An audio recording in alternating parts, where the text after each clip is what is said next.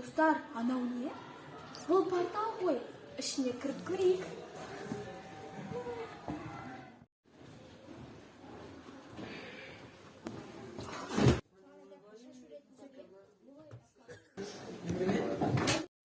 Біз қай заманға тап болдық? Шынымен де біз қайдамыз? Біз болашақ заманға тап болған сияқтымыз. Иә, солай сияқты.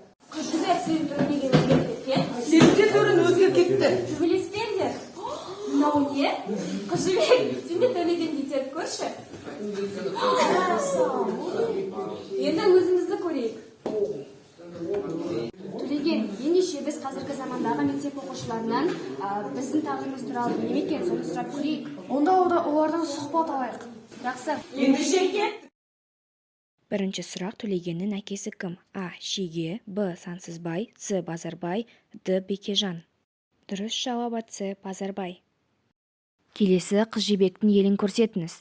А. Ақжайық, Б. Жағалбайлы, С. Мекке жолында, Д. Шекті. Дұрыс жауабы Д. Шекті.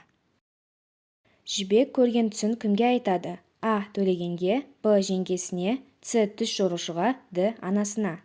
Дұрыс жауабы Б. Жеңгесіне. Төлегенді кім өлтіреді? А. Жібек, Б. Бекежан, С. Шеге, Д. Әкесі. Дұрыс жауабы Б. Бекежан. Дастан мұғалім, жеті қазынаға не жатады?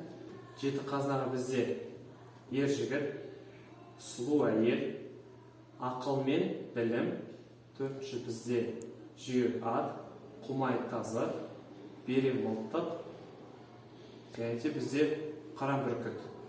Басқа елдердің жеті қазыналары туралы не білесіз? Мысалы,